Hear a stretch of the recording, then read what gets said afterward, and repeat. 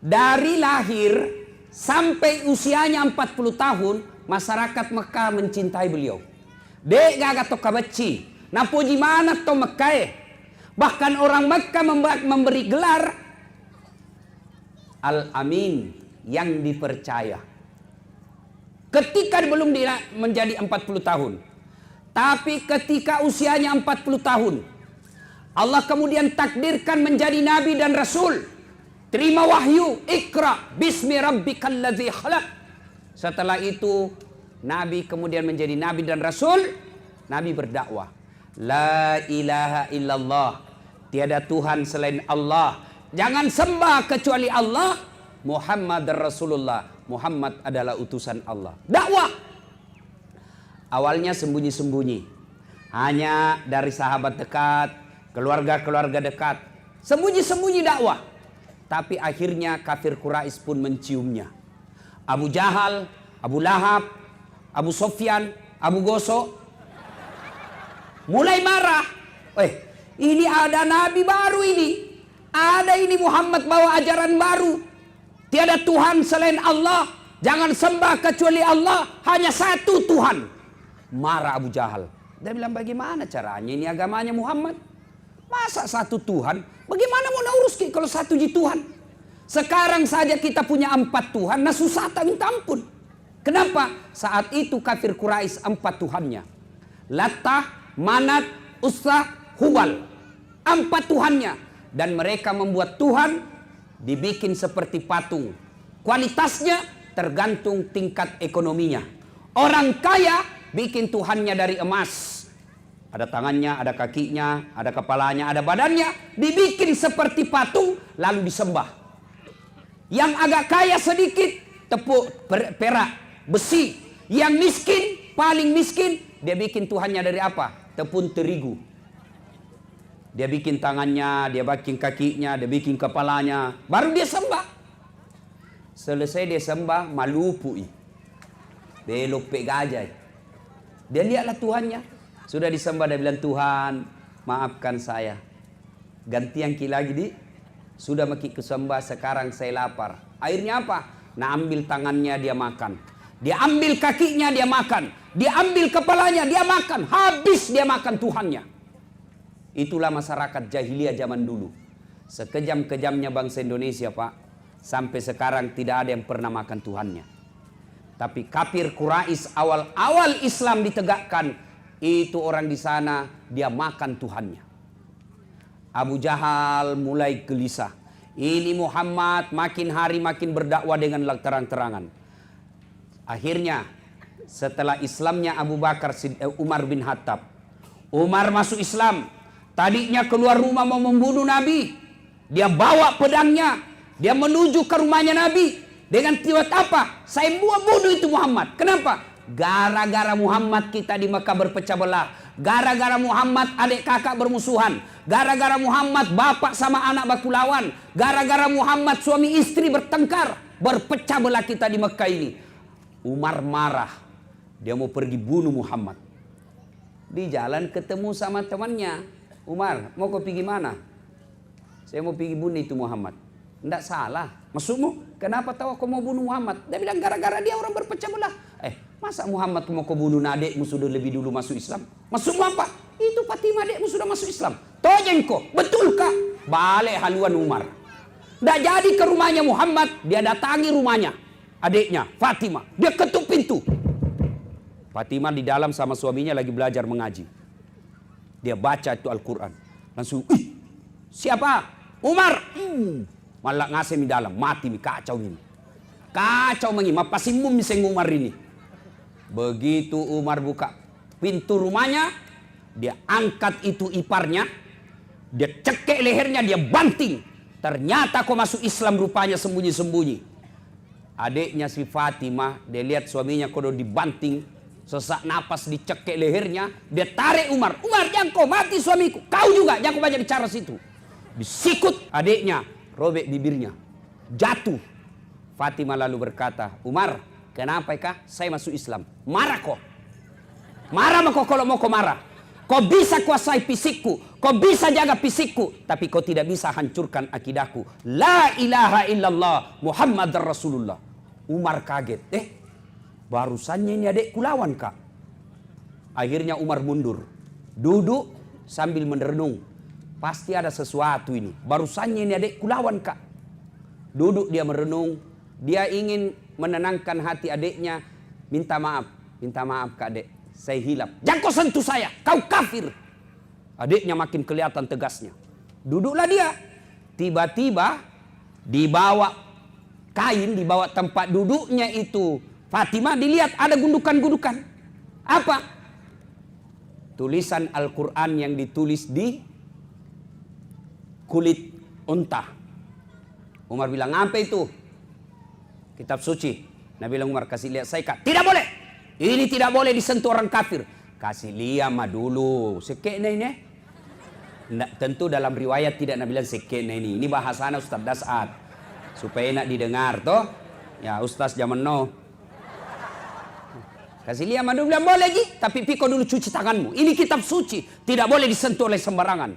Umar penasaran, dia pergi bersihkan tangannya, lalu dikasih itu kitab dan dia baca. Apa yang dia baca? Surat Taha. Lalu Umar baca, weh, ini ke ayat natakutin orang kafir kita ini selama ini. Ini ke ayat yang ditakuti selama ini. Nadu barang bagus ini. Kesimpulannya itu ayat dia baca. Al-Quran diturunkan bukan untuk mempersulit bagimu, tapi memudahkan kalian. Umar dapat hidayah. Langsung dia bilang, di mana Muhammad? Dia bilang, tiajak kasih tahu kau. Adiknya bilang, biar kau bunuh kan, tidak bakal saya kasih tahu kau. Kasih tahu, mak di mana? Dia bilang, tidak mau kan, nanti kau lagi pasimbun di situ. Dia bilang, tidak. Akhirnya Umar balik haluan, dia datangi rumahnya Nabi. Masih dengan pedangnya. Sampailah di tempat berkumpulnya Nabi.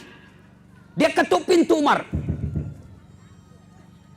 Kaget orang di dalam. Wih, dia bilang sahabat yang ada di dalam. Di dalamnya ada Nabi Muhammad SAW, ada Abu Bakar Siddiq, ada Hamzah radhiyallahu an yang lebih dulu masuk Islam, ada beberapa sahabat di dalam.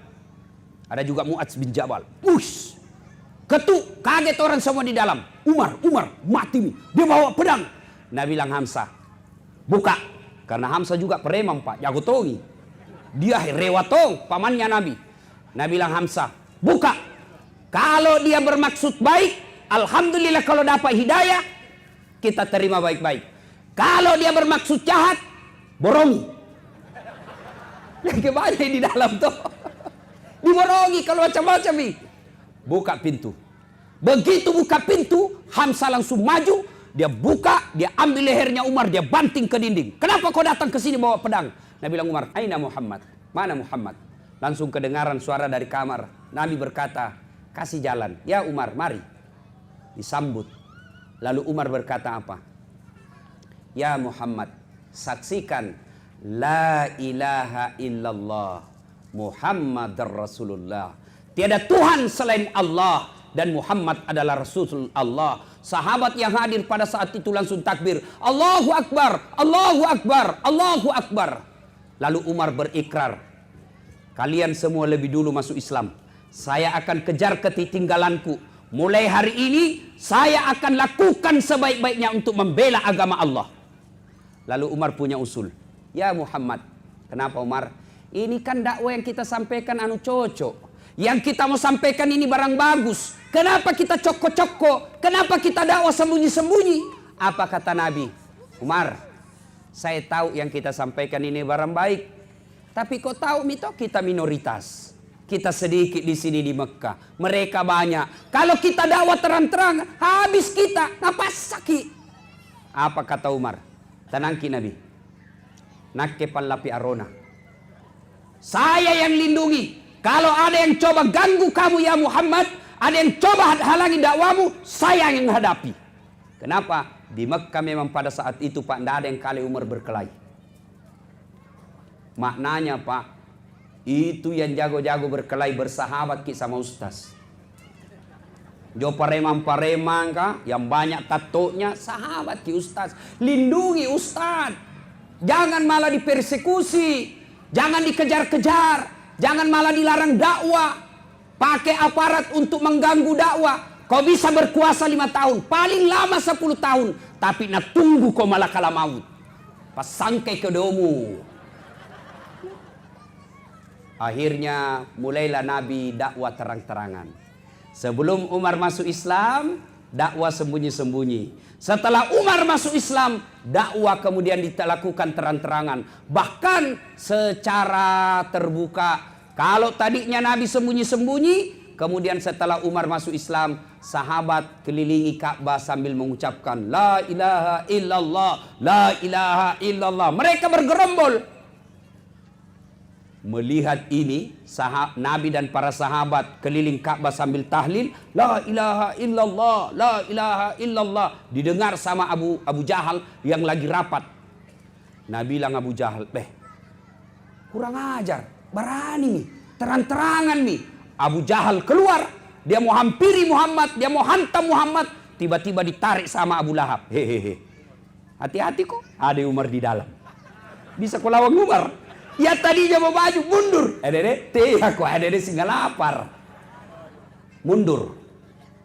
Akhirnya mereka tidak bisa ngapain setelah ada Umar bin Khattab.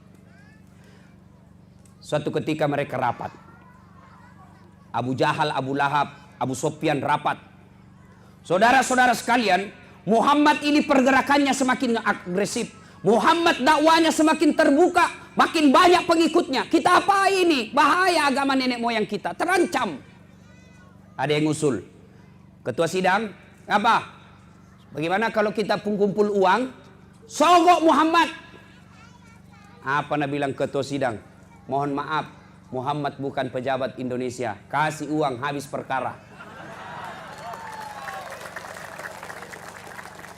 Kita juga salah, kenapa kita mau kasih uang? Sama-sama aja Ki. Nah bilang salah orang pejabat, Ustaz mau disogok. Biar dia mau sogok, kalau tidak ada yang sogok sama aja Ki. Kita juga ibu-ibu, kalau pilkada mau semua aja Ki ambil jilbab. Sogok juga semua itu. Kalau begitu, tolak ini. Tidak mempan kau kasih duit. Kalau begitu, cari cewek paling cantik, bawa ke Muhammad untuk dikasih hadiah Muhammad. Apalagi Nabi bilang ketua sidang, tidak mempan bos. Muhammad bukan pejabat Indonesia, kasih perempuan hijau matanya. Kalau begitu bagaimana? Oke, kalau begitu kita kasih jabatan paling tinggi Muhammad. Kita lantik dia sebagai raja di kota Makkah ini. Dia sebagai pemimpin utama. Apa dia bilang? Tidak mempan kau sobok jabatan. Sudahlah, tidak ada itu. Uang tidak mempan. Wanita tidak mempan, jabatan tidak mempan. Kita tidak tahu diapain ini Muhammad supaya berhenti dakwah. Tiba-tiba dari belakang ada anak muda usul. Pak Ketua begini, apa? Jami banyak bicara.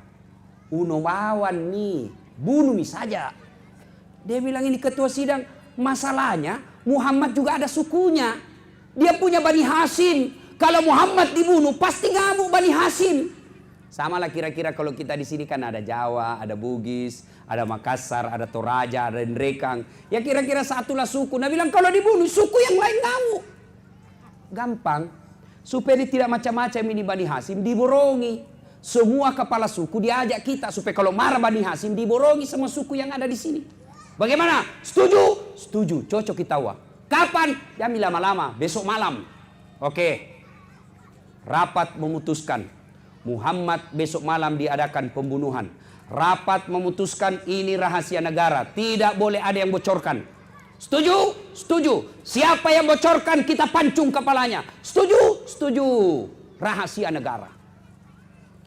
Salah seorang bapak-bapak peserta rapat tidur sama istrinya. Dia cerita sama istrinya. Ibu baru datang rapat. Terus ada rahasia ini sebenarnya, tapi tidak boka kasih tahu kok nanti bocor. Kita bilang tidak Ji, apakah? Tapi jangan kau ngomong-ngomong janji memang kok. Iya tidak, apa? Besok malam Muhammad mau disergap, Muhammad mau dibunuh. Tapi janji kau aja memang kau cerita. Aman, rahasia negara terpelihara. Sudah, ini ibu yang sudah dikasih tahu. Besok pergi pasar, ketemu sama samanya ibu-ibu. Nah panggil temannya. Apa? Apakah? Rahasia cepat kok. Kayak jangan kau ngomong-ngomong apa? Apa? Jangan kau janji kau anda ngomong. Iyo apa? Muhammad sebentar malam mau dibunuh. Tapi jangan kau ngomong ah. Aman, rahasia negara. Sudah dikasih tahu ini tadi, pergi lagi sama tetangganya. Sini kau dulu. Apa? Rahasia nak? Jangan kau ngomong-ngomong. Ternyata akhirnya bocor. Dari dulu ternyata perempuan tidak boleh dikasih tahu rahasia negara. Pasti bocor. Maka Pak Bupati, Wakil Bupati, Ketua DPR, Pak Camat, jangan kasih tahu rahasia jabatan ke istri. Pasti bocor itu. Mau ditanda tangan SK tiba-tiba ibu keberatan, akhirnya ndak jadi. Berapa kasus seperti itu. Kita baik sama bupati, ternyata istri bupati yang marah. Kadang-kala begitu. Ya, maka rahasia negara simpan baik-baik, jangan kasih perempuan. Kalau nak tahu bocor nih. Fitrahnya memang perempuan itu begitu. Coba kalau pengajian begini itu banyak itu rahasia beredar. Dia nak cerita tapi bibirnya mulai itu orang baru masuk nak lihat mulai dari ujung rambutnya sampai ujung kaki nak lihat semua. Dia itu nama cerita tapi bibirnya dong. Itu kayak itu ibu-ibu biasa saya lihat. Nah lihat itu dengan muka yang sinis. Dia tidak ngomong tapi mukanya. Iya toh ibu? Ya, ya. Coba. Saya pun nacalah. Nah bilang ada bisa di ustaz itu bajunya tahun lalu. Padahal dia tidak tahu banyak bajuku begini bu. Bapak saudara-saudara sekalian, akhirnya satu Mekah tahu yang tadinya tidak boleh bocor akhirnya bocor gara-gara ulah perempuan. Nabi pun tahu pak. Dari mana Nabi tahu? Dari intel, ya kepala BIN. Siapa? Malaikat. Muhammad, sebentar malam akan ada penyergapan. Hati-hati kok. Dimengerti? Ganti korek siap di kopi 86. Sudah. Nabi karena tahu dia telepon sepupu satu kalinya. Kalau sekarang ya ditelepon, tapi zaman itu kan tidak, dipanggil saja. Ali, tol, sini kok Ali. Kenapa? Ganti kak tidur di tempat tidurku sebentar malam nah. Bapak kira-kira saya tanya Ki. Malam ini saya mau disergap di rumahku. Saya panggil Ki, tidur Ki di tempat tidurku, saya mau keluar. Mau Ki kira-kira? Mau? Siapa yang mau? Ganti saya berarti ganti mati. Kalau ganti bupati masih 2 tahun 1000 orang. Coba. Ini ganti mati. Ali, kau tidur di tempat tidurku. Remaja masjid waktu itu Ali kalau sekarang. Apa kata Ali? Siap laksanakan tugas. Waktu itu ditanya Ali, kenapa kau mau ganti Muhammad? Kau tahu malam itu akan ada penyergapan. Apa kata Ali? Dengar semua baik-baik. Kalau saya yang mati hari itu, 1 orang mati. Anaknya Abu Talib.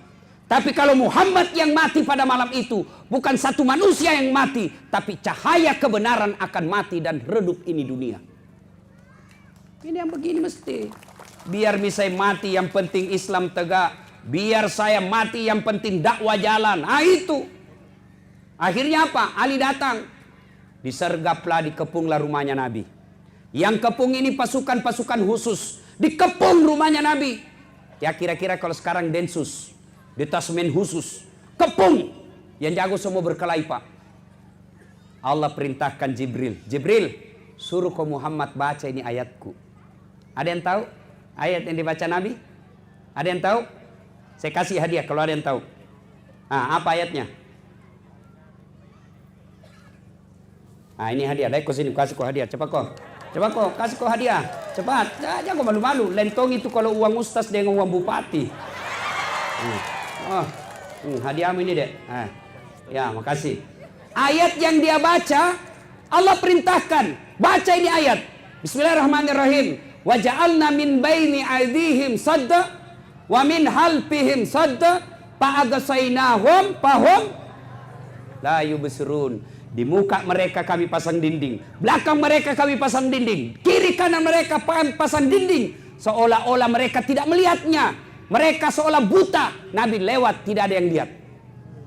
Bayangkan Inilah yang dia baca anak mahasiswaku kalau ada polisi lalu lintas rahasia. Nah dia ada rahasia. Nah baca Bismillahirrahmanirrahim. Wa ja'alna min baini adihim wa min khalfihim sab'atan. Bismillah. Pas lewat bunyi sempritan. Dia datang ke saya, dia bilang, Ustaz, bale-bale. Sambaran mulut Ustaz bale-bale. Ada pintu Ustaz bale-bale. Maksudmu apa? Ku baca itu ayat, Pak. Ditilang, ja. Kenapa bisa ditilang? Kau bilang, dah pakai helm. Ku bilang, bukan ayat salah. Kau yang dongo. Pasti nagapa kok. Apalagi tu polisi na hafal juga itu ayat.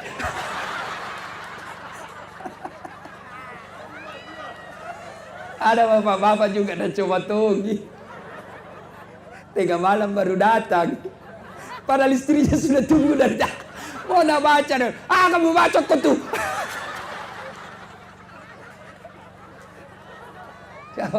Sudah. Nabi keluar, Pak. Biiznillah. Dengan izin Allah. Tidak ada yang lihat. Padahal riwayat menjelaskan, andai saja kucing yang keluar dari rumahnya Nabi waktu itu, kucing pun didapat. Tapi mereka seolah-olah dihipnotis. Tak buka matanya tapi dia tidak lihat Nabi. Lewat Nabi. Nanti jauh baru mereka sadar. Abu Jahal langsung tak sadar. Tapi jauh Nabi. Wih, sergap masuk. Gadar pintunya. Diserang tempat tidurnya Nabi. Ternyata Ali yang didapat. Ditarik Ali. Aina Muhammad? Mana Muhammad Ali? Nabi bilang Ali, orang tidak tahu juga. Orang baru bangun kok ganggu-ganggu. Marah Abu Jahal, Pak. Hilang sergapannya. Marah Abu Jahal. Akhirnya Abu Jahal bikin sayembara. Apa sayembaranya? Saudara-saudara sekalian bangsa Mekah. Saudara-saudara sekalian penduduk Mekah. Siapa yang mendapat Muhammad dalam keadaan hidup atau mati, saya kasih hadiah onta betina yang hamil. Onta betina hamil tidak ada suaminya. Onta hamil tidak ada suaminya. Ya biasa aja, Bu. Namanya binatang. Kalau hamil tidak ada suaminya wajar. Tapi sekarang tuh banyak tuh perempuan mau sayang sama onta. Hamil tidak ada suaminya deh, beleng-beleng. Nikah kok baik-baik. Jangan ku ambil panjar dulu, cowok.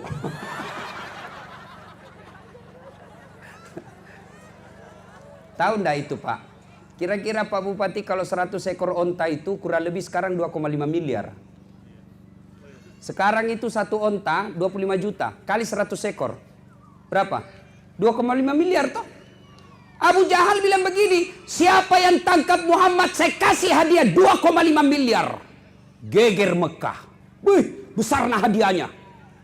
Seluruh orang-orang Mekah ambil onta, ambil kuda, sebar cari Muhammad, kejar kepalanya Muhammad. Salah satu pencari jejak yang paling hebat namanya Suraqah bin Malik.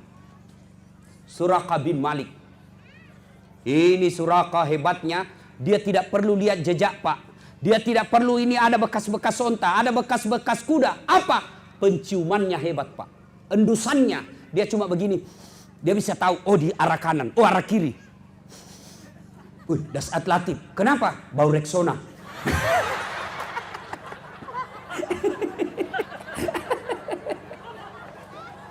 Cium lagi. Wakil Bupati, kenapa? Minyak rambut Brix. Minyak rambut zaman dulu. Lavender. Saya ingat itu lavender, laki-laki penuh derita.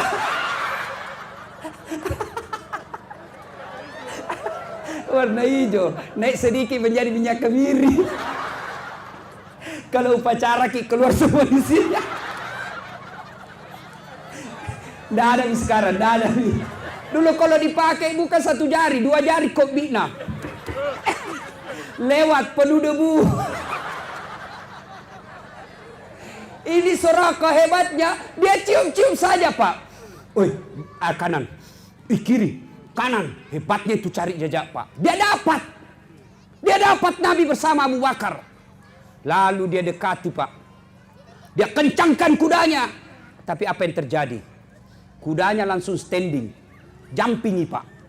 Nangkak kaki depannya. Jatuh Suraqah. Naik lagi. Mau dikejar, jatuh lagi sampai 3 kali. 3 kali terulang. Suraqah berkata, bukan orang sembarang ini. Barusannya ada seperti ini. Selama ini siapa yang saya cari pasti dapat, saya berhasil bunuh. Tapi ini kok tidak bisa. Dia ulang sampai 3 kali. Lalu dia berkata, itu yang Masih. Orang dilindungi ini. Akhirnya apa? Dia berteriak dan dia dekati Abu Bakar. Ya Abu Bakar, sampaikan kepada temanmu itu. Maksudnya kepada Nabi. Abu Jahal bikin pengumuman. Kepalanya itu saudaramu, sahabatmu.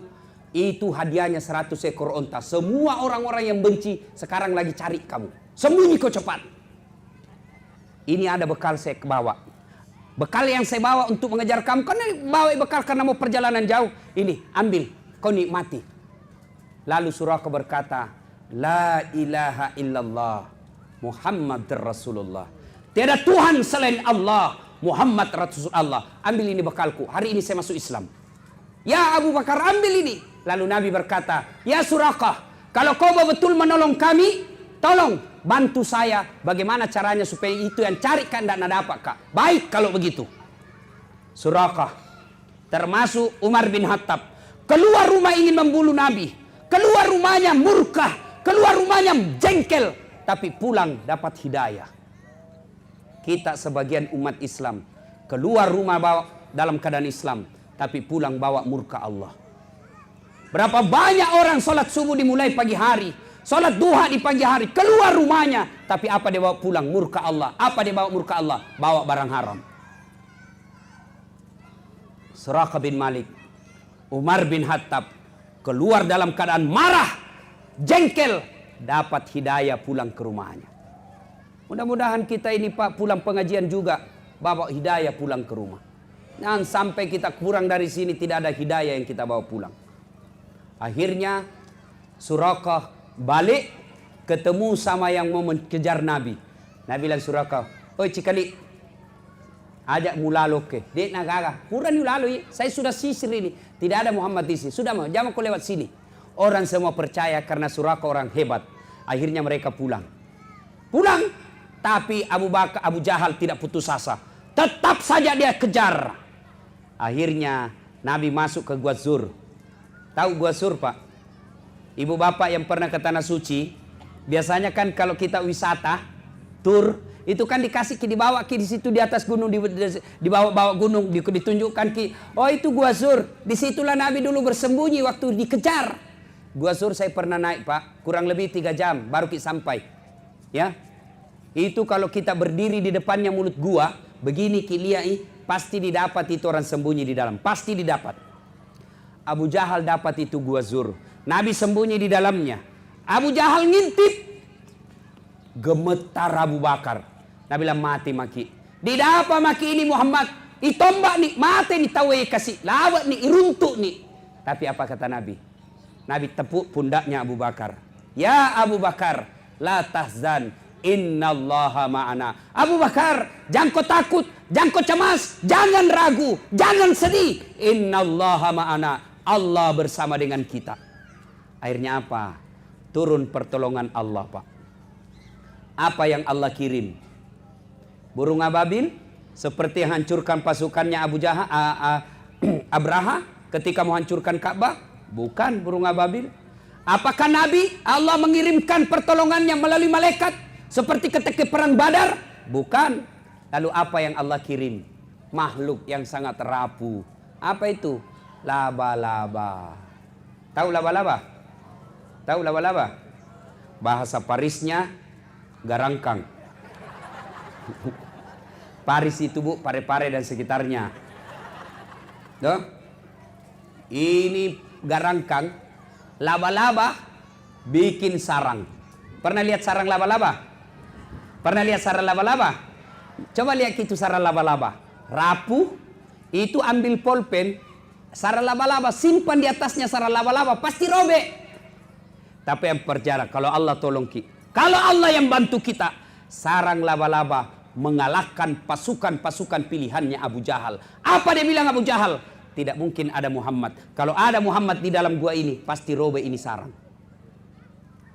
Akalnya sendiri mengalahkan akalnya. Saya ulang, akalnya sendiri mengalahkan akalnya Abu Jahal. Dia bilang tidak mungkin. Abu Jahal bilang tidak mungkin. Abu Lahab, ngintip terbang burung merpati. Nabi bilang Abu Lahab, betul kok Abu Jahal, tidak mungkin ada manusia. Kalau ada Muhammad di dalam, tidak mungkin ada di burung. Terbang. Bersembunyilah Nabi 3 hari 3 malam di situ. Anaknya Abu Bakar Siddiq bernama Asma jalan mendaki gunung membawa makanan untuk Nabi selama 3 hari 3 malam. Ini yang disebut emansipasi wanita. Dalam Islam, perempuan juga punya partisipasi dalam dakwah. Siapa? Masuk diantaranya Asma. Bahkan jilbabnya beberapa kali dirobek untuk apa? Dipakai untuk sebagai tanda jejaknya Nabi. Diperobek juga untuk apa? Untuk mengikat makanan buat Nabi. Ini perempuan. Ini namanya emansipasi. Kegiatan dakwah. Islam tidak melarang berpolitik bagi perempuan.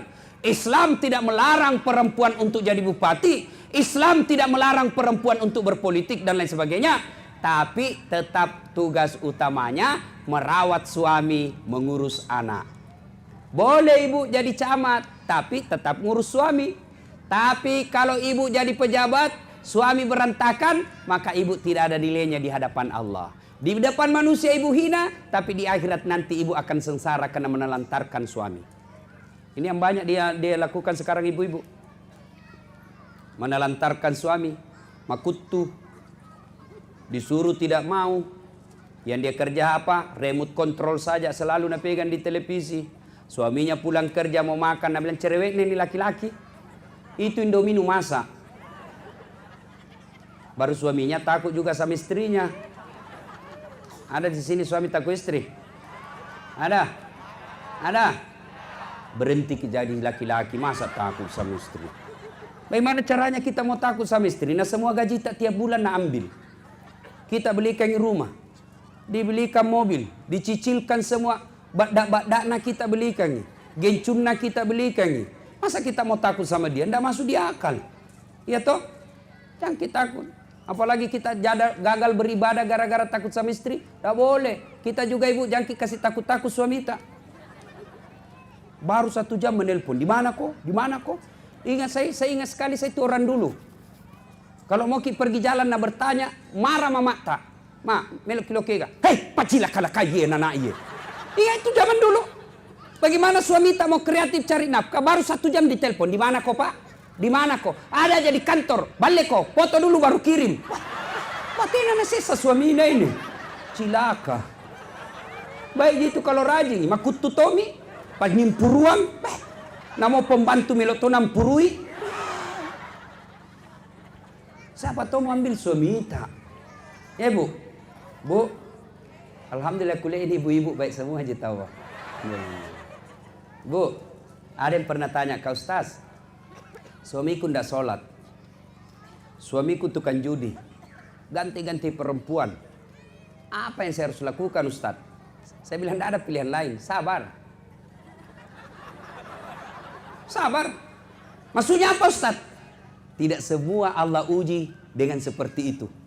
Dan Allah tahu ibu mampu mengalami. Untuk mampu ibu terima maka Allah coba ke itu. Kalau Allah tahu tidak mampu kita nak kasih kecobaan itu. Itu hebatnya jadi perempuan ibu. Saya kasih ke contoh supaya tenang perasaan tak ibu. Meskipun suami tak kajili-jili. Ini supaya mau milih apa itu bijodoh tak nak kasih ke Tuhan. Cerai ki belum tentu lebih baik kita dapat. Iya kalau dapat ki lagi. Coba ibu. Kalau suami tak menjalankan tugas dengan baik, maka dia pahalanya 5. Misal. Ibu menjalankan fungsi sebagai ibu rumah tangga dengan baik, pahalanya 5. Ya? Tapi ternyata dalam kehidupan sehari-hari suami tidak jalankan tugasnya, maka pahalanya suami yang 5, ibu ambil menjadi ibu pahalanya 10. Dan itu enaknya itu perempuan bu. Kalau meninggal itu perempuan, 4 lindungi laki-laki. Biar suaminya tidak sembahyang, biar suaminya pabotorok. Begitu meninggal, sebelum diperiksa amal-amal tak ibu, 4 dulu orang diadili nih untuk lindungi ibu. Siapa? Bapak tak dulu. 2 siapa? Suami tak. 3 siapa? Anak laki-laki tak. 4 siapa? Saudara laki-laki tak. 4 lindungi sebelum ditanya sholat tak. Sebelum ditanya zakat tak. Sebelum ditanya ibadah tak. Ini dulu yang ditanya 4 orang. Itu enaknya jadi perempuan. Jadi yang selalu mengeluh. Aduh, jangan makin sabar. Rahasia tentang sabar, rugi ibu bapak yang tidak hadir nanti sebentar malam. Saya akan bahas tentang Nabi Ayub, hebatnya dalam bersabar. Di mana ke pengajian sebentar malam? Wondula, datang ki ibu. Rugi ki kalau tidak datang ki sebentar malam. Jauh Wondula. Kalau artis datang. Coba Bedek Nisa Sabian datang. Oh, coba Dede Ayu Tintin datang. Ada semua sebelum asar. Nah, sudah Bapak Ibu. Bu, kalau suami tidak bagus, ibu nanti tetap masuk surga. Itu enaknya jadi perempuan. Beda kami laki-laki, susah ibu masuk surga. Kalau ibu, coba dengar ibu. Suami pacan ringan, suami tukang tipu, suami tidak sholat, suami narkoba. Tapi ibu rajin sholat, ibu sabar di rumah, ibu ngurus anak, tutup jilbab dirinya, tidak pernah makan barang haram. Nanti ibu tetap masuk surga, suami masuk neraka. Tidak ada urusan dengan suami tak. Bahkan Nabi jelaskan, kalau kau sabar, kau sholat, kau menunaikan ibadah puasa, kau lindungi harga dirimu, kau tetap patuh kepada Allah, kata Nabi, tadkhulul jannati bisalam. Ini 7 pintu surga ibu, pilih kau mana kau suka masuki. Coba enaknya. Tapi kami laki-laki, meskipun kami ulama, penghafal Quran, mimpin sholat berjamaah di masjid, tapi istri tidak pakai jilbab, istri tidak puasa Ramadan, istri tidak sholat, demi Allah, sebelum istrinya masuk neraka, suaminya dulu yang masuk neraka, meskipun suaminya ulama. Tuh, tidak gampang itu jadi suami Pak. Makanya yang kita selalu pikir mau 2, 3, 1 saja nanti tanggung jawabnya susah. Tapi Bu, itu laki-laki tergantung istri. Kalau sopan ki, masa suami tak macam-macam? Begitu ada yang gone, dia bilang, "Ni gato iko, ila cundeke." Itu istriku di rumah sopan, santun, taat. Untuk apa lagi? Tidak ada mikala itu istriku, penghuni sorga. Saya mau ikut masuk sorga. Tapi kepandan kaki, makutu, malas berdandan, suka marah-marah, tidak hargai saudaranya suami, tidak hargai mertua. Naseleki Bu. Tapi coba kalau sopan kita sama mertua tak, kita hormati mertua tak, kita hormati saudaranya. Datang mau macam-macam suaminya, mau menikah, mertua tak pembela. Apalagi kau mau kawin, belum tentu kau dapat perempuan lebih baik dari itu. Coba kau lihat itu istrimu, saya belum bangun sudah siap sarapan, tidak pernah kasar bicara, tidak pernah kau bantah. Apalagi kau cari kau itu. Haram air susuku kalau mau kau kawin lagi. Mertua tak bela ki. Tapi kalau mertua tak tidak dihormati, datangi sangin marah-marah ki, banting pintu, tanya kapan ki pulang. Jauh-jauh dari Pindrang datang suruh aku karena anaknya kerja di Vale. Marah-marahi terus, biar ada mamanya kita marah-marahi juga. Datang saudaranya tidak pernah kita hormati. Pulang kampung lebaran, apa nak bilang? Mak bene nona. Apa itu istrimu tidak tahu sopan santun? Batemu ku kasih sekolah, ku jualkan kau sawah supaya baik-baik derajatmu. Masa istrimu sendiri tidak hargai kau? Kawin kau lagi, kau perlu sembunyi-sembunyi kau. Cidak kau, si mau kau. Saya heran tuh Pak Bupati. Ini perempuan paling banyak fansku kalau ceramah. Padahal perempuan Tommy paling sering ku semes. Tapi nak suka tonji kau dong, alhamdulillah. Mudah-mudahan ibu semua masuk surga nanti bersama keluarga. Amin ya. Ibu mau masuk surga? Mau ki ibu? Masya Allah, perempuan masuk surga itu syaratnya sederhana sekali Bu, kata Nabi. 1, masam pajak kau. Qimis salah. 2, puasa Ramadan. 3, jaga harga dirimu. 4, patuhi suamimu, kata Nabi. Masuk surga mana kau suka dari 7 pintu. Coba maki, enaknya. Apa ini dunia Bu? Kalau suami tak macam-macam, dunia jini Bu. Santai maki. Dunia ji. Kalau ibu ngoncak-ngoncak, selingkuh suami tak, kita bilang kau saja bisa tonjak. Akhirnya ibu selingkuh juga, buka jilbab, malah hancur-hancuran hidup, maka neraka menunggu ibu. Kalau nerakanya dunia kita dapat, paling tidak ada orang dari lahir sampai mati menderita terus. Tidak ada orang susah dari bangun sampai tidur, tidak ada orang susah, pasti ada senyumnya. Tapi kalau masuk ke neraka Bu, tidak ada senyum-senyum. Makanya kalau nak hianati ki suami tak, nak siksa ki suami tak, tidak pernah dia baik-baik sama kita, bilang ki saja dalam hati, memang bukan surga suami yang kununggu, tapi yang kutunggu adalah surganya akhirat. Nabi bilang suami, jadi kalau tidak ada uangnya suami, sabar ki. Dunia tidak dibawa mati. Uang tidak mati, orang tidak ada uang. Tapi pernah saya bilang begitu, Nabi bilang istriku, iya, saya tahu Ji, tidak dibawa mati itu uang. Tapi kalau tidak ada uang, rasanya mau mati. Saya merasa parah sih Pak Guru ini. Sudah, lanjut kita kisah. Aman 3 hari, keluarlah Nabi. Lanjut perjalanan. Di sahabat di Madinah yang lebih dulu hijrah, gelisah. Mati mini Muhammad. Kenapa? Sudah 7 hari belum ada kabar. 8 hari belum ada kabar. Kalau sekarang kita mau ke Makassar, 2 hari tidak sampai.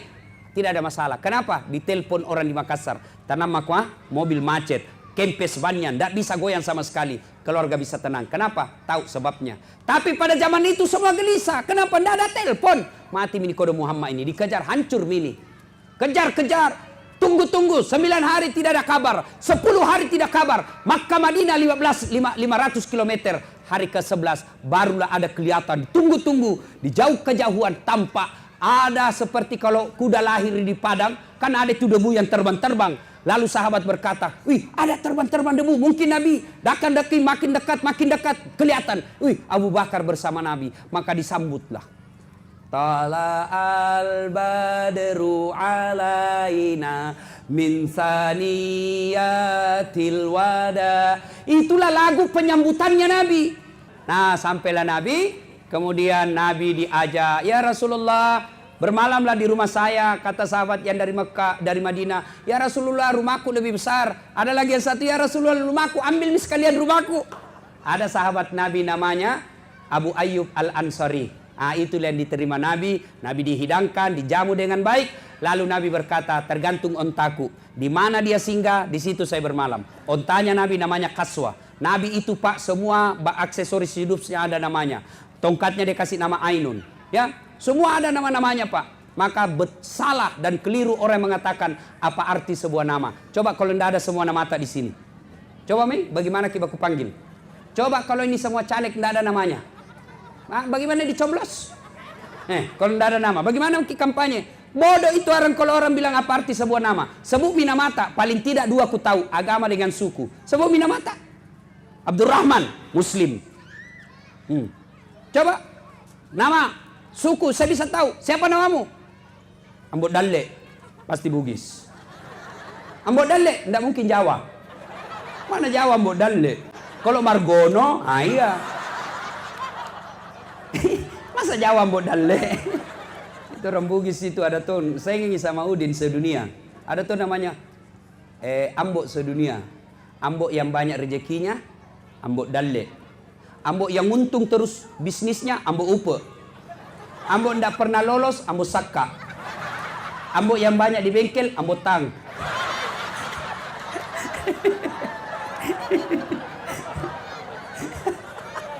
Ambok yang panjang umurnya, Ambok Tuo. Ambok yang banyak perhiasan, Ambok Intang. Yang bilang apa arti sebuah nama? Penting itu nama. Coba kalau namanya anak tak mutmainnah. Wahai jiwa yang tenang. Alhamdulillah saya ingat.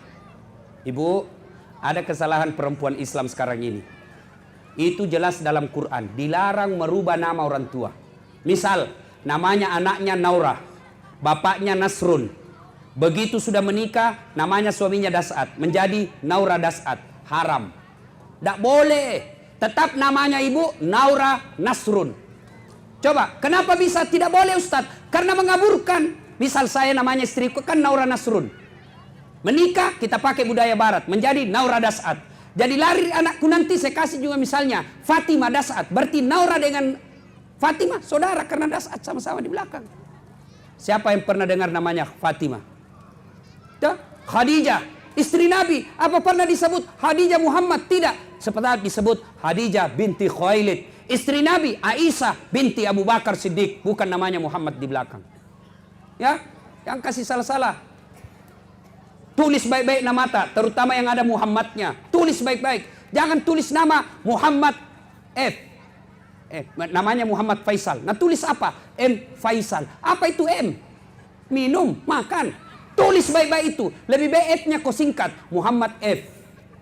Jangan M Faisal. Jangan, itu nama mulia itu. Udah Bapak Ibu, Panjang ceritanya ini, tapi waktu maghrib sudah dekat. Hikmahnya mau saja. Hikmah dari kisah ini panjang sebenarnya. Satu, kenapa Nabi hijrah dari Mekah ke Madinah? Ditinggalkan kampung halamannya, ditinggalkan rumahnya. Bahkan ada orang yang ditinggalkan saudaranya. Untuk apa? Mempertahankan iman. Iman barang yang mahal. Rumah bisa dicari, mobil bisa dicari, tapi kalau bapak kehilangan iman, maka bapak akan hancur selama-lamanya. Yang kedua, hikmah dari kisah ini, ya, konsep hijrah dalam arti pindahnya Nabi dari Makkah ke Madinah satu kali saja terjadi. Tapi konsep hijrah dalam arti perjuangan, maka setiap saat bisa dilakukan. Apa itu? Hijrah itu dari yang dilarang menjadi yang dibenarkan. Bahasa gampangnya, hijrah itu adalah taubat. Ya, bapak-bapak ini yang di depan saya yang sudah tua-tua, yang sudah hijrah ini, yang sudah usia-usia sakaratil maut. Kalau usia sakaratil maut mah gitu Pak, kalau putih rambut tak. Hijrah apa? Bertaubat. Gimana cara bertobat Ustaz? Ada dua. Satu, tobat bilisan. Bagaimana caranya? Perbanyak istighfar. Astaghfirullahaladzim azim wa atubu ilaihi. La ilaha illa anta. Subhanaka inni kuntu minadz zalimin. Itu kita ulang. Yang kedua, cara bertobat setelah memperbanyak istighfar. Salat sunat taubat. Bagaimana cara salat sunat taubat? Sama salat sunnah yang lain, cuma beda niat. Sama tahajud, sama tarawih, sama sama duha, cuma beda niat. Kalau tahajud, niat tahajud. Kalau duha, niat duha. Kalau tobat, sholat tobat, niatnya tobat. Kapan waktunya? Selesai maghrib, nunggu isya. Sebentar selesai maghrib, mau bertobat, tunggu isya. Berapa rakaat? 2 sampai 6. Maksudnya 2 rakaat boleh, 4 rakaat bagus, 6 rakaat lebih bagus. Mana niatnya? Usalli sunnatal taubat rakataini lillahi ta'ala. Saya niat sholat sunat taubat 2 rakaat, sunnah hukumnya bagi saya lillahi ta'ala. Allahu Akbar. Saya tidak hafal itu Ustaz. Sudah, ambil cara praktis, paling gampang. Berdiri tegak, menghadap kiblat, baru bilang maki begini. Tuhan, semain sunat taubat kayak ini nah. Allahu Akbar. Sudah nih, lanjut maki. Assalamualaikum, assalamualaikum. Masih mau ke 2 rakaat, ulang lagi. Tuhan, masih seperti yang tadi. Allahu Akbar. Sudah? Jelas? Apa? Kapan tobatnya Ustaz? Sujud terakhir. Di situ maki tobat. Tobat bahasa Bugisnya mapaletu atau curhat. Bila maki? Tobat maki sujud terakhir. Ya Allah, saya hilap tadi di kantor. Ku pegang tangannya sekretarisku. Nah pegang nggak juga? Baku pegang-pegang mak Tuhan. Maafkan saya Allah. Cakap lupa kak puang. Doe makhluk halus ya Allah. Nagoda kak, na tergoda tongan na puang. Maafkan saya Allah. Yang lebih penting ya Allah, berikan saya kemampuan tidak mengulang. Apakah orang baik itu orang tidak punya dosa Pak? Bukan. Kata Imam Al-Ghazali, kalau orang baik orang tidak punya dosa, maka tidak ada orang baik di dunia. Termasuk Nabi dan Rasul saja ada dosanya. Nabi Adam makan buah huldi, dosa. Nabi Ibrahim bohong, dosa. Nabi Nuh gagal mendidik anaknya. Nabi Lut gagal didik istrinya. Yunus pernah takabur dan sombong, putus asa. Itu Nabi juga bikin dosa. Apalagi kita yang diwasponda ini. Pasti ada dosa, pasti ada maksiat. Maka orang baik kata Nabi, dia mengakui dan mengakui kesalahannya, dia menyesali kesalahannya. Yang ketiga, dia bertobat dengan tidak mengulangnya. Dan yang keempat, dia ganti dengan kebaikan. Maka kalau Bapak bertobat, tinggalkan, jangan lagi dilakukan. Tobat hari ini, ulang lagi. Nabi bilang malaikat, pacowi-cowi jago pale. Jangan tobat seperti ibu hamil. Pernah lihat ibu hamil tobat? Teriak-teriak tuh. Tobat manda mau lagi hamil. Terakhir ini capek mah. Ndak mau mak. 5 bulan kemudian. Matampu sih. Tapi sudah tobat. Ya ayyuhalladzina amanu tuba ilallahi taubatan nasuha. Ustaz, banyak dosaku Ustaz. Ampunan Allah jauh lebih besar. Nah, ibu bapak, saudara-saudara sekalian, inilah tausiah kita pada taklim kita kali ini. Mudah-mudahan ada manfaat. Insya Allah sebentar malam kita akan lanjutkan di tempat yang saya sebut tadi. Mengundang dengan hormat, bapak ibu datang ke sana, kalau bisa bawa anak tak. Ini koreksi buat kita. Itu anak-anak tak, coba bayangkan. Coba kalau kita kasih duduk, maka dia akan tahu sejarah itu hijrah. Sehingga ditanya, bagaimana kisahnya hijrah? Oh, begini terupanya namanya hijrah. Lari-lari ji semua, kapan dia dengar dakwah? Di TV dia tidak dengar dakwah. Ibu mau ceramai, ibu juga tidak tahu. Bapaknya mau ceramai, lebih-lebih lagi tidak tahu.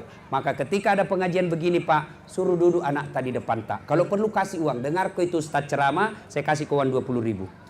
Siapa yang mau dakwai anak kita? Ya? Akhirnya dia datang sia-sia saja, hanya capek-capek. Besok dia bisa lari-lari begitu. Tapi untuk dengar dakwah seperti ini belum tentu ada dalam sebulan.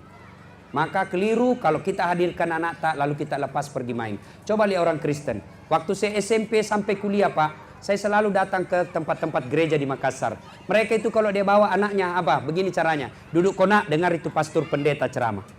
Coba ya. Kalau kita duduk maki ke sini baru kita happy mako main. Akhirnya anak tak tidak paham agama, ya.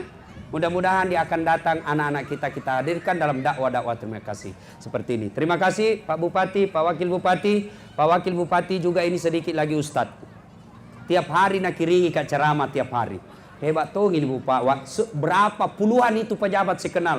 Satu-satunya pejabat yang selalu nasihati saya Pak Wakil Bupati. Luar biasa.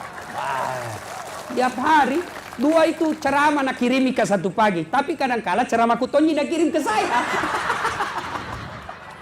Tapi luar biasa. Itu bagian dari dakwah. Bayangkan kalau 100 broadcast namanya, 100 kita kirimi dakwah, 1 saja yang mengamalkan, maka Bapak dapat amal jariah. Dia amalkan itu sampai mati. Meskipun kita sudah dikubur, amal tak tetap jalan. Itu disebut amal jariah. Mari bantu dalam dakwah ya. Kita ikut dakwah melalui pesan-pesan kebaikan. Demikian mudah-mudahan ada manfaat. Lebih dan kurangnya mohon dimaafkan. Sebelum kita akhiri mari kita berdoa. Kita awali dengan mengirimkan suratul Fatihah kepada Rasulullah Muhammad SAW. Khasiat dan keutamannya kita ikhlaskan. Mudah-mudahan caleg yang hadir di tempat ini Allah angkat derajatnya dan terpilih. Dan yang lebih penting dia istiqamah dalam menjalankan janjinya. Amin. Ila hadratil Nabi Mustafa Muhammad sallallahu alaihi wasallam. Al-Fatihah.